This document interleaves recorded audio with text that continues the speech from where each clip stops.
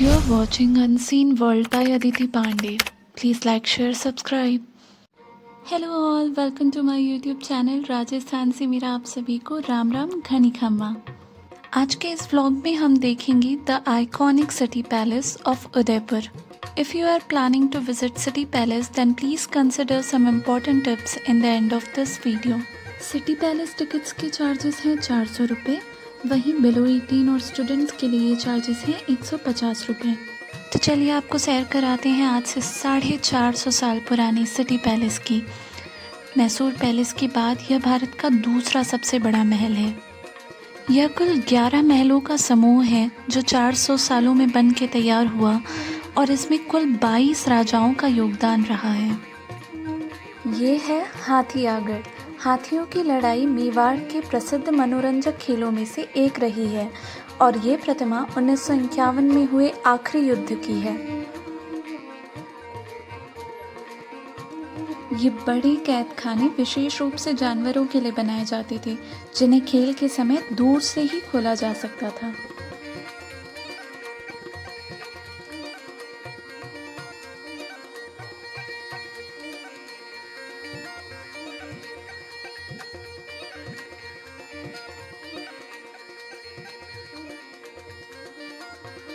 सन 1526 में महाराणा उदय सिंह ने मेवाड़ की राजधानी चित्तौड़गढ़ से हटाकर उदयपुर में बनाई गई।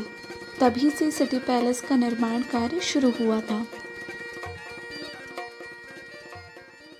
सिटी पैलेस म्यूजियम के अंदर सबसे पहले आता है सलेखाना गैलरी, यानी कि द रॉयल मेवाड़ आर्मरी। इस गैलरी में मेवाड़ राज्य के राजाओं के द्वारा 16वीं से 20वीं शताब्दी के बीच में इस्तेमाल किए गए हथियारों का संग्रह है।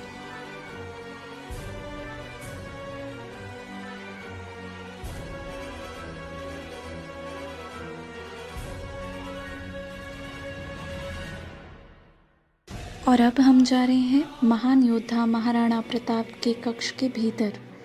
जाते ही सबसे पहले हमारी नज़र जाती है एक लंबे चौड़े से योद्धा की कवच में, जो कि हमारे 7 फीट ऊंचे महाराणा प्रताप जी का है।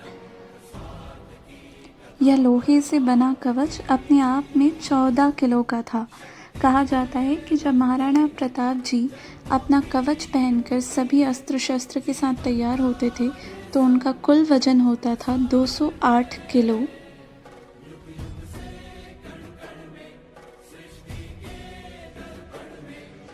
महाराणा प्रताप के घोड़े चेतक को कौन नहीं जानता, पर मुझे आश्चर्य किया घोड़े के मुंह पर लगे हाथी के सूंड के कवच ने।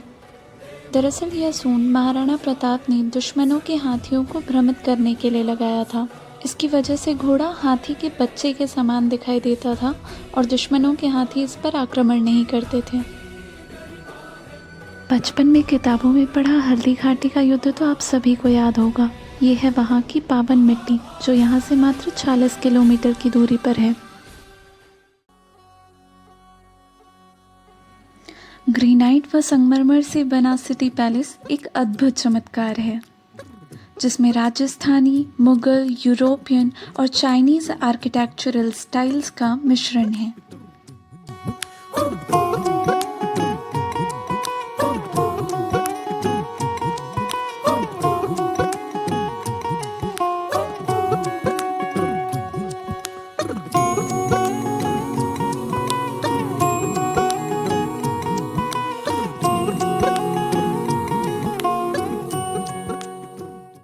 चलिए अब हम चलते हैं द बसंत प्रकाश गैलरी, जो कि हमें दिखाता है द लाइफ इन जनाना। महल का यह हिस्सा जनाना कहलाता है, जहां रानियों की सुख सुविधा व सुरक्षा की व्यवस्था होती थी। और ये है हमारी रानियों का किटी पार्टी एरिया।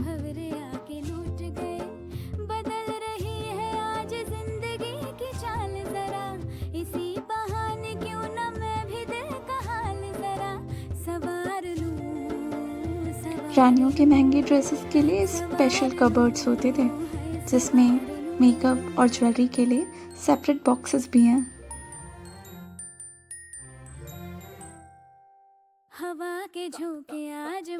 बड़े बड़े मिरर्स से घिरा ये रहा रानियों का ड्रेसिंग रूम।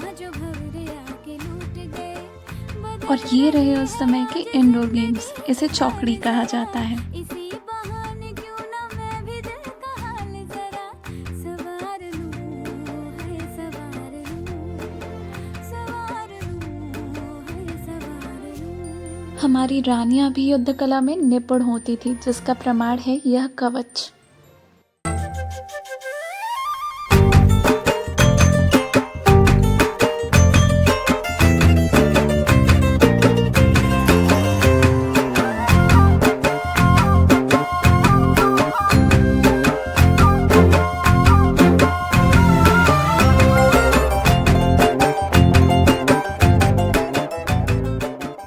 आइए अब देखते हैं हमारे मेवाड़ की मूर्तिकला।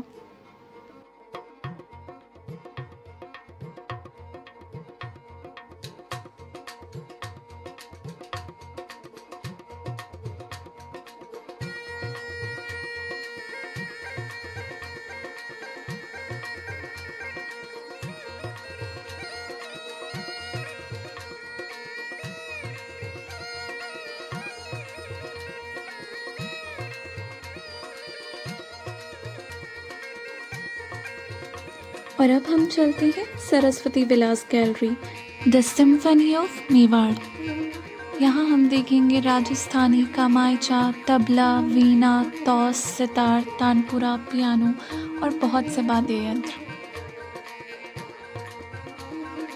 मेवाड़ की धरती और महाराणाओं ने संगीत के क्षेत्र से जुड़े लोगों को भरपूर संरक्षण दिया है। वहीं उनमें से कुछ राजाओं ने स्वयं भी गहरी दिलचस्पी दिखाई। मैंने बहुत से लोगों को कहते सुना है that Mughals were very fond of art, music and architecture. All I want to say is, कभी पधारो हमारे राजस्थान।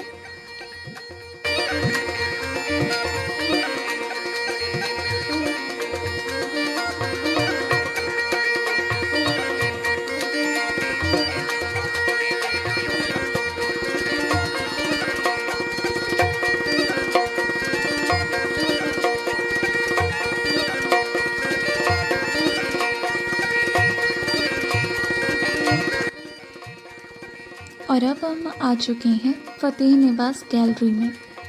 यहाँ हम देखेंगे मेवाड़ के चित्रित एवं मुद्रित मानचित्र।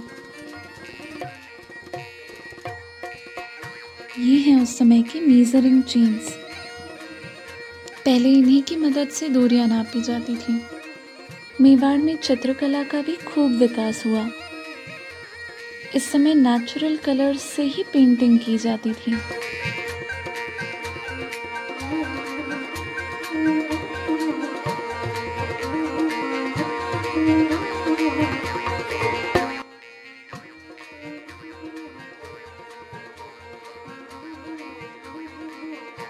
So that's it guys, this was City Palace by Unseen World.